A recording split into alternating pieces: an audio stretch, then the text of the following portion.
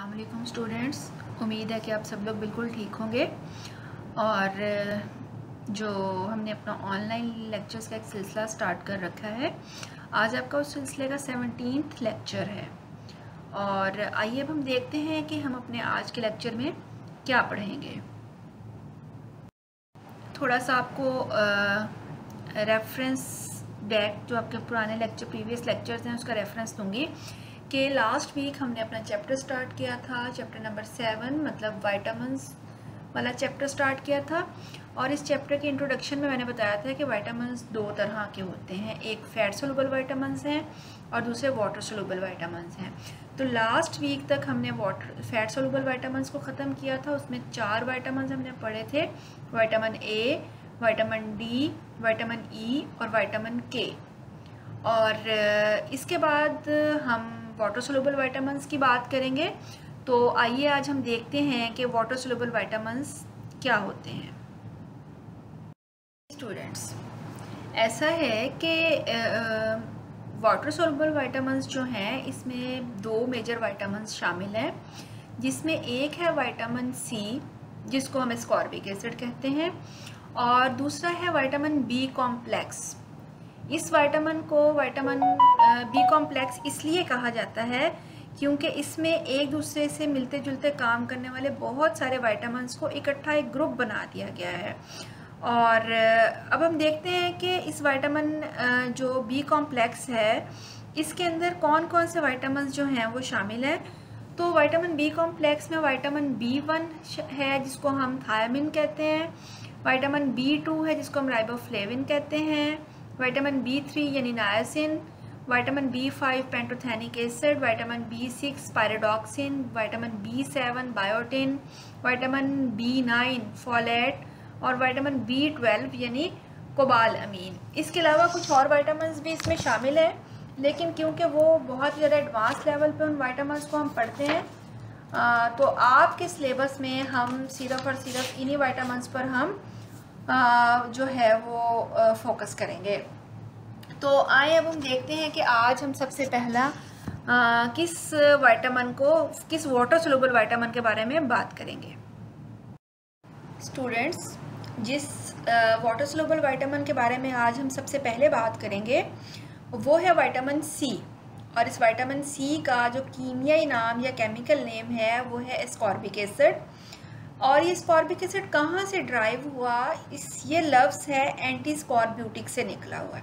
Anti scorbutic का मतलब ये है कि एक ऐसी चीज़ जो कि स्कर्बूत यानी स्कर्वी की बीमारी से हमें बचाए। और इस स्कर्वी की बीमारी क्या है? ये स्कर्वी की बीमारी एक ऐसी बीमारी है जिसमें विटामिन सी की कमी की वजह से जो है वो आपके दांत और आपके मसूड़े जो हैं वो बहुत ज़्यादा ख़राब हो जाते हैं। और जहाँ तक इसकी केमिकल नेचर की बात है विटामिन सी की, तो ये एक बहुत ही सिंपल किस्म का ऑर्गेनिक एसिड है। और जितने भी विटामिन्स हैं ये उन सब में सबसे ज़्यादा सेंसिटिव है, सबसे ज़्यादा हसास और नाजुक है। और ये ऑक्सीजन की मौजूदगी में फौरी तौर पर ऑक्सीडाइज हो जाता है यानी ज़ाया हो जाता है। तो इसलिए वो तमाम जूसेस, वो तमाम फल जिनके अंदर विटामिन सी बहुत ज़्यादा मिकदार में होता है उनको फ़ौरन ही काट के फ़ौरन इस्तेमाल कर लेना चाहिए। और जूस अगर है तो उसको जैसे ही निकालें फ़ौरन से उसको पी लेना चाहिए, क्योंकि थोड़ी भी देर अगर आप उसको खुला रख देंगे ऑक्सीजन की मौजूदगी में तो उसका सारा विटामिन सी ऑक्सीडाइज होकर ज़ाया हो जाएगा। और ख़ुराक में ताज़ा फलों और सब्जियों में ये वसी पैमाने पर मौजूद होता है। लेकिन इनसे हासिल किया मकदार का इन्हिसार इस बात पर होता है कि इन्हें कैसे तैयार किया गया है और इनको कैसे पकाया गया है। ये पानी में नहायत ही आसानी से हल पजीर हो जाता है। जी बिल्कुल ऐसा ही है। यहाँ एक रेफरेंस देना चाहूँगी, मतलब एक बात से बात है, वो ये है कि जो लीमू की जब हम शिकंजबीन बनाते हैं तो उसके अंदर हम लीमू को निचोड़ के जो लीमू का छिलका होता है वो सारे का सारा हम गिरा देते हैं, ज़ाया कर देते हैं। बट जो असल विटामिन सी है वो लीमू के छिलके में होता है। तो उसके लिए अच्छी प्रैक्टिस ये है कि आप लीमू को अच्छी तरह ऊपर से धो लें और उस लीमू के छिलके को निचोड़ने के बाद थोड़ी देर के लिए उस पानी के अंदर डिप कर दें जिसमें अपनी शिकंजबीन बनवाई हुई है, क्योंकि जो विटामिन सी है वो पानी में बहुत ज़्यादा आसानी से हल पजीर है, तो वो सारा विटामिन सी पानी के अंदर चला जाएगा। अब हम देखेंगे कि जिस्म में ये विटामिन सी काम क्या करता है। तो ये हमारे जिस्म में कोलेजन नामी प्रोटीन बनाने के लिए ज़रूरी है, और कोलेजन जो है वो हर दो खुलियात को जोड़ने के लिए सीमेंट का काम करती है। ये विटामिन जो है ज़ख्म जल्दी मुंतमिल करने में मदद देता है। ये विटामिन दांत और हड्डियां बनाने के काम आता है। मसूड़ों की बाफ्तें जो दांतों को मजबूती अदा करती हैं, उनको बनाने के लिए बहुत ज़रूरी है। नीज़ पट्टों की बाफ्तें भी बनाता है। जी, खून की बारीक शरेयानें और रगों में मजबूती और लचक पैदा करता है। आयरन को फेरिक की शक्ल में तब्दील करके जिस्म में जज्ब होने के लिए तैयार रहता है। फेरस आयरन की वो वाहिद हालत है जो जिस्म में जज्ब होती है।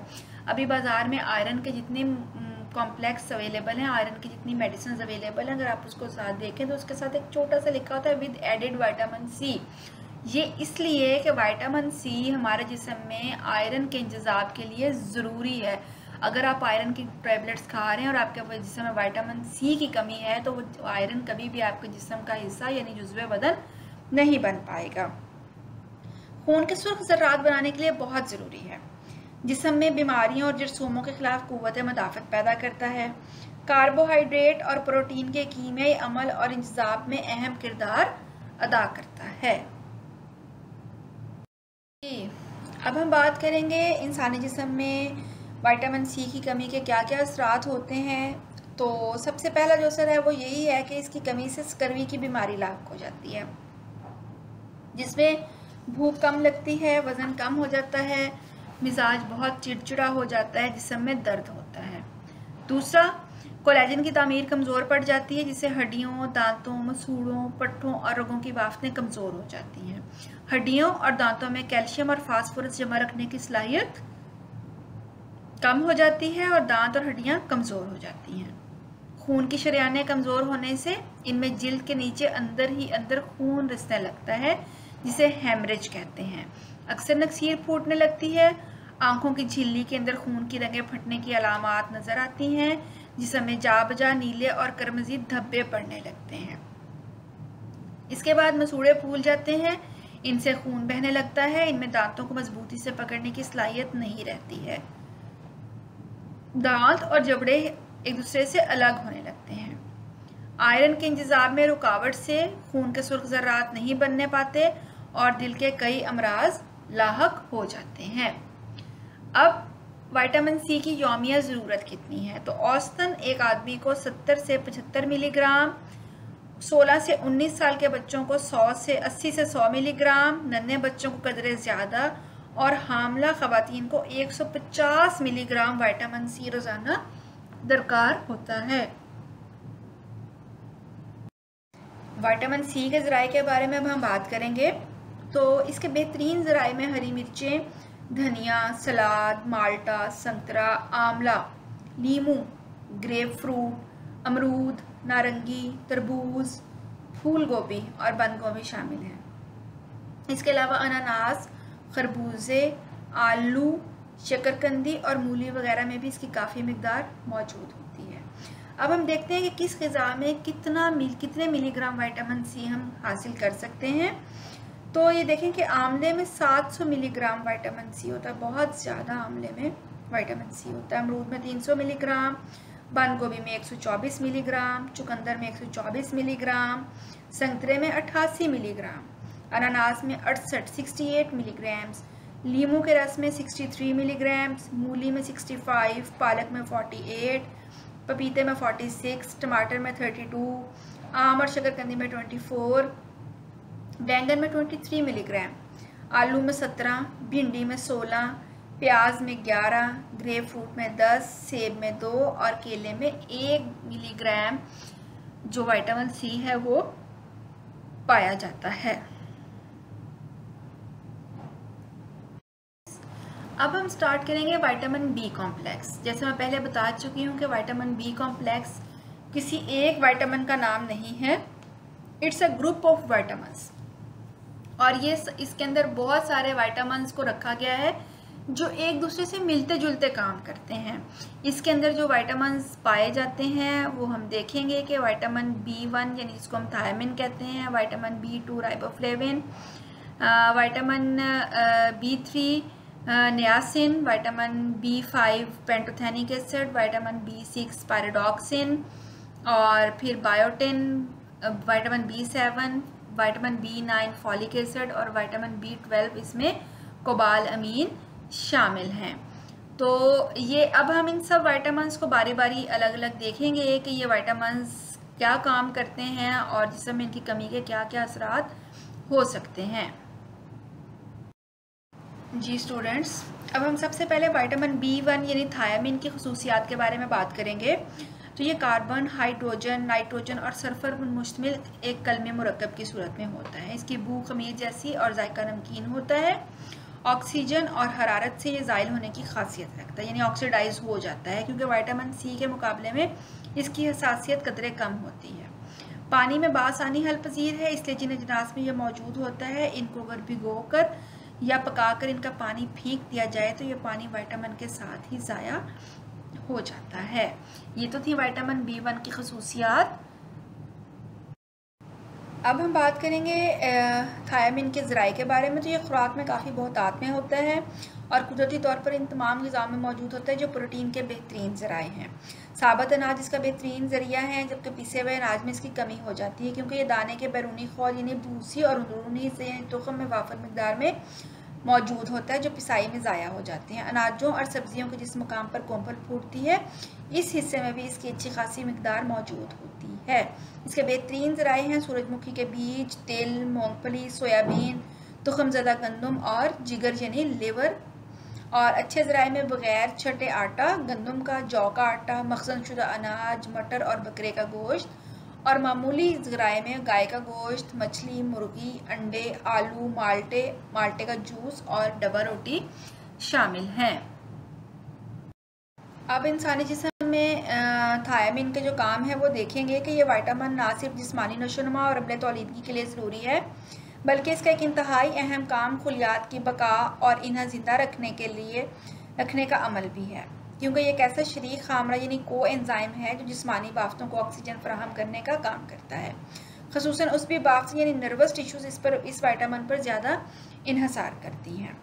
थायामीन जिस्मानी बाफ्तों को क़ुव्वत और हरारत फराहम करने का ज़रिया है, क्योंकि ये एक ऐसे शरीक खामरे का जुज़्व है जो खुराक की कार्बोहाइड्रेट को कीमियाई अमल के ज़रिए हरारत और तवानाई में तब्दील करता है। इससे हाजमे में इजाफा होता है और हाजमे के अमल की कारकर्दगी बेहतर होती है, जिसका बराह रास्त असर इंसान की नशोनुमा पर पड़ता है। थायामीन कब्ज़ की शिकायत रफ़ा करने में भी मुआविन साबित होता है। जी, अब हम बात करेंगे कि थायामीन की कमी के इंसानी जिस्म पर क्या असरात मुरतब होते हैं। तो इसमें हाजमे में कमी या भूख का ना लगना जो नशोनुमा में रुकावट का बायस बनता है, और वज़न में कमी वाक़ई होने लगती है, जिससे इंसान कमज़ोर और लागर होने लगता है। आसाब पर इसकी कमी से ज़हनी परेशानी, तनाव और मायूसी सी पैदा होने लगती है। तबीयत में चिड़चिड़ापन, तवज्जो मरकूज़ करने की अहलियत में कमी और थकन पैदा होने लगती है, चूँकि इसके इब्तदाई आसार एसाबी बर्दाश्त में कमी की सूरत में नुमायाँ होने लगते हैं, इसलिए इसको मोराल विटामिन भी कहते हैं। दिल के अफ़ाल में बेकायदगी पैदा होने लगती है, घुटनों पर सुइयाँ चुभने का एहसास पैदा होने लगता है, और ज़्यादा कमी की सूरत में तकालीफ बढ़कर खुसूसी बीमारियों की सूरत इख्तियार कर लेती हैं। स्टूडेंट्स, अब हम बात करेंगे जो इसके बाद दूसरा विटामिन है जो विटामिन B2 है, यानी राइबोफ्लेविन के बारे में बात करेंगे। इसकी खसूसियात को हम देखेंगे। तो ये विटामिन जो है ये खमीर, कलेजी, दूध और अंडे की सफ़ेदी से खालिस्तन कलमी सूरत में हासिल किया जाता है, जो ठोस हालत में नारंगी माइल जर्द होता है, लेकिन महलूल बनाने से इसका रंग सब्जी माइल जर्द हो जाता है। ये पानी में हल पजीर है, तेज़ाब और हवा की मौजूदगी इस पर कोई बुरा असर नहीं डालती, अलबत्ता अल्कली बाय से नुकसान होती है। हरारत के खिलाफ क़ुव्वत मदाफ़त रखता है और गर्म करने से ज़ाया नहीं होता। इसके इंतज़ाब के लिए आंतों में फास्फोरस से इम्तज़ाज इसका ज़रूरी है। हम बात करेंगे राइबोफ्लेविन के ज़राए के बारे में। तो राइबोफ्लेविन नबाताती और हैवानाती दोनों ज़राए से हासिल होने वाली ग़िज़ाओं में वसी पैमाने पर मौजूद होता है। दूध और दूध से बनी अशिया इसका बेहतरीन ज़रिया है। इसके अलावा पत्तेदार और हरी तरकारियों में भी बहुतात में पाया जाता है, जबकि अनाजों में नहायत कलील मिकदार में होता है। इसके बेहतरीन ज़राए में दूध, कलेजी, पनीर, दिल, गुर्दे, तुखम, गंदम और खमीर शामिल हैं।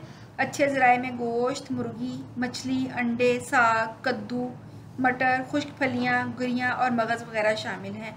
और मामूली ज़राए में इसके जो है वो अनाज शामिल हैं। अब हम बात करेंगे जिस्म में राइबोफ्लेविन के जो काम हैं उनके बारे में। तो ये खामरों के गिरोह फ्लेवोप्रोटीन्स का एक लाजमी जुज़्व है जो कुलियात और बाफ्तों में तवानाई और हरारत पैदा करने के ज़ामिन होते हैं। इसके अलावा जो खामरे जिस्म की बैरूनी जिल्द और अंदरूनी अज़ा की ग़िलाफ़ी झिल्ली बनाते हैं, ये विटामिन इनके भी ज़रूरी जुज़्व हैं, इसलिए ये जिस्मानी नशोनुमा के लिए इंतहाई ज़रूरी है। राइबोफ्लेविन का वसी पैमाने पर इस्तेमाल बेहतर सेहत, तंदुरुस्ती और तवानाई का ज़ामिन होता है। अगर आपको किसमें आपको माइंड में कहीं आए जहाँ आपने कार्बोहाइड्रेट्स का मेटाबॉलिज्म पढ़ा था, तो वहाँ पर आपने एक सिट्रिक एसिड साइकिल पढ़ा था, और सिट्रिक एसिड साइकिल के जो कोएंजाइम्स पढ़े थे उसमें एक NAD, NADP और एक FAD और FADP था। ये जो FAD और FADP है दे आर द फ्लेवोप्रोटीन्स, और राइबोफ्लेविन जो है वो इनका एक इंतहाई अहम कंपोनेंट है। इसके राइबोफ्लेविन के बगैर ये FAD और FADP नहीं बनते हैं, जो कि हमारे जिस्म में तवानाई और क़ुव्वत पैदा करने का एक ज़रिया है।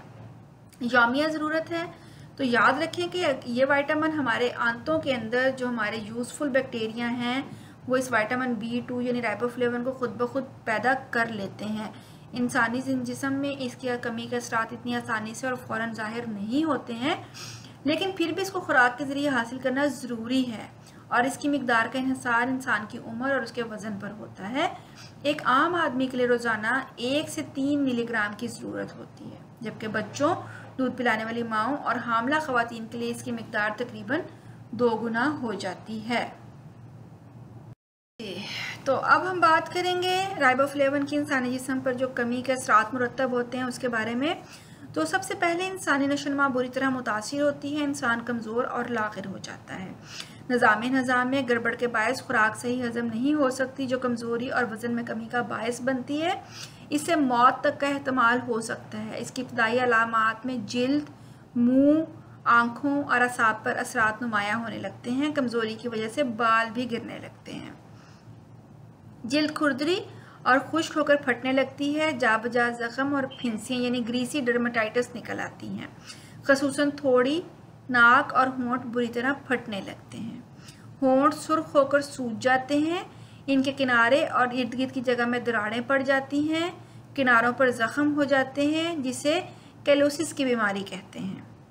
आंखों की बीनाई कमज़ोर हो जाती है, रोशनी चुभने लगती है, पपोटों में जलन और खुजली सी रहने लगती है, दिखाई कम देता है, धुंधलापन पैदा हो जाता है जिसके दरीना असरात में मोतिया उतर आता है और जो अंधेपन का बायस बनता है। तो अब आप यहाँ से अंदाज़ा लगाएं कि अब तक हमने जितने विटामिन्स पढ़े हैं, हर विटामिन की अपनी अहमियत है, अपने काम है। अगरचे ये हमारे जिस्म को बहुत ही कम मिकदार यानी नैनोग्राम्स में चाहिए होते हैं, 1 ग्राम का 9वां हिस्सा इतनी कम मिकदार में चाहिए होते हैं, लेकिन इनकी कमी के कितने खौफनाक असरात मुरतब हो सकते हैं। तो इंशाल्लाह कल तक के लिए अल्लाह हाफिज़, और कल हम इंशाल्लाह एक नए विटामिन और एक नए टॉपिक, एक नए लेक्चर के साथ दोबारा मिलेंगे।